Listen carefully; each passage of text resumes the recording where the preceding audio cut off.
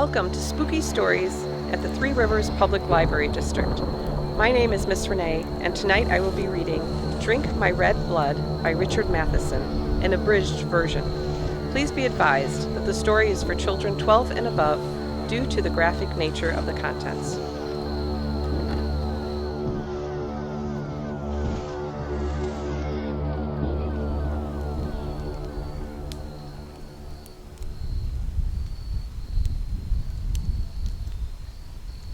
Drink My Red Blood by Richard Matheson. The people on the block decided definitely that Jules was crazy when they heard about his composition. There had been suspicions for a long time. He made people shiver with his blank stare. His coarse, guttural tongue sounded unnatural in his frail body. The paleness of his skin upset many children. It seemed to hang loose around his flesh. He hated sunlight, and his ideas were a little out of place for the people who lived on the block.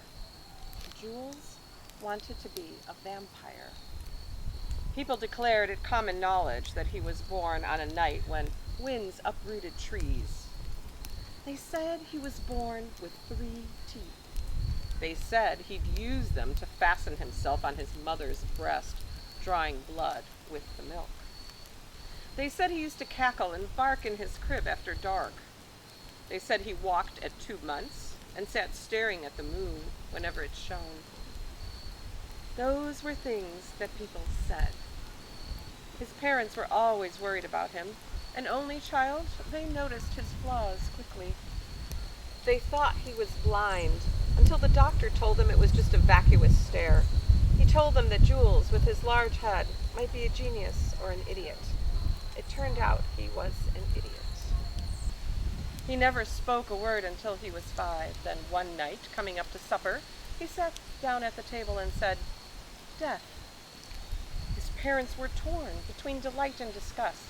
They finally settled for a place in between the two feelings. They decided that Jules couldn't have realized what the word meant, but Jules did. From that night on, he built up such a large vocabulary that everyone who knew him was astonished. He not only acquired every word spoken to him, words from signs, magazines, books, he made up his own words, like night touch or kill love.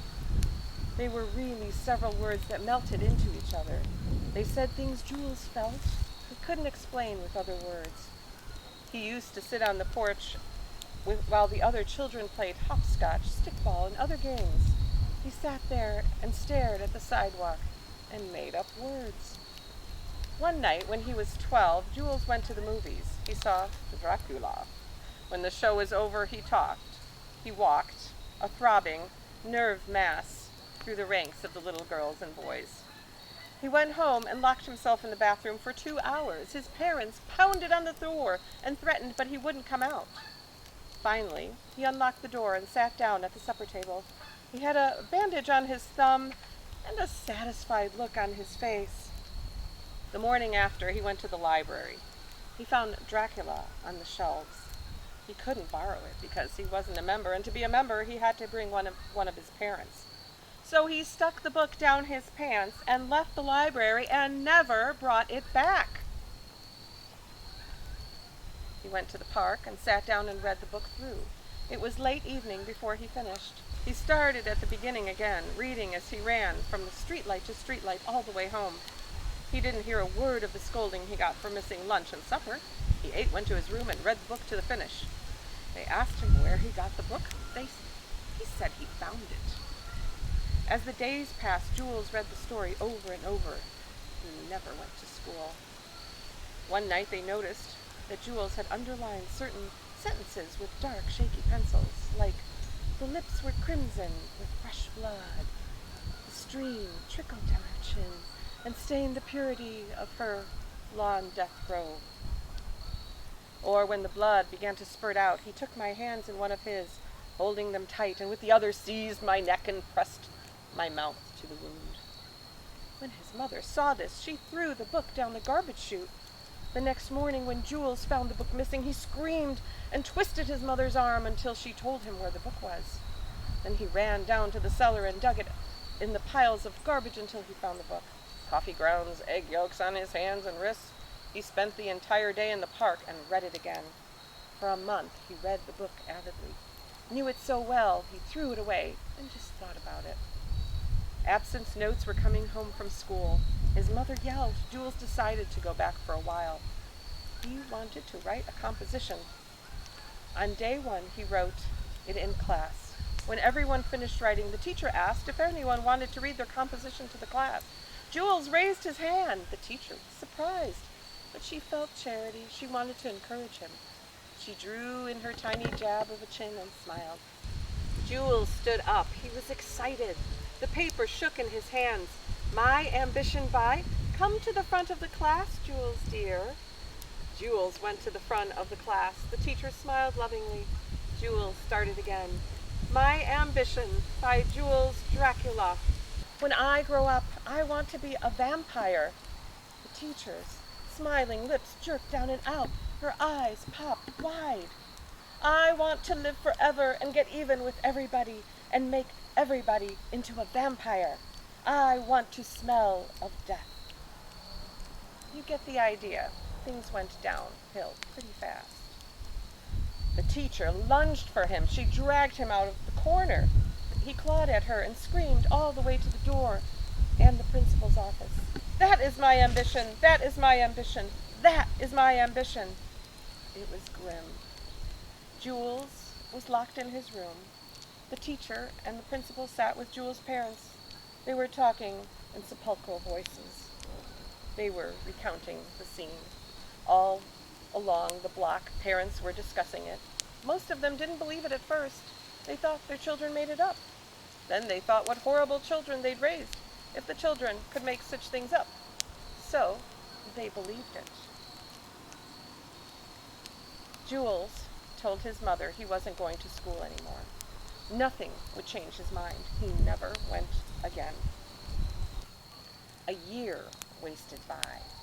Then, one day in the park, Jules strolled through the zoo.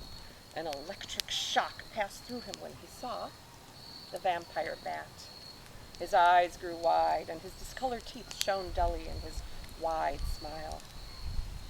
From that day on, Jules went daily to the zoo and looked at the bat. He spoke to it and called it the Count. He felt it in his heart. It was really a man who had changed. One day, Jules noticed that the bottom of the wire covering the cage had come loose. He looked around, his back eyes shifting. He didn't see anyone looking. It was a cloudy day. Not many people were there. Jules tugged at the wire. It moved a little. He kept on pulling it loose. When he had finished and had to run home, he pushed the wire in again. Then no one could tell. All day, Jules would stand in front of the cage and look at the Count and chuckle and tell him he'd soon be free again. He told the Count all the things he knew. He told the Count he was going to practice climbing down the wall, head first. He told the Count not to worry, he'd soon be out. Then together they could all go around and drink blood. One night, Jules pulled the wire out and crawled it under the cage.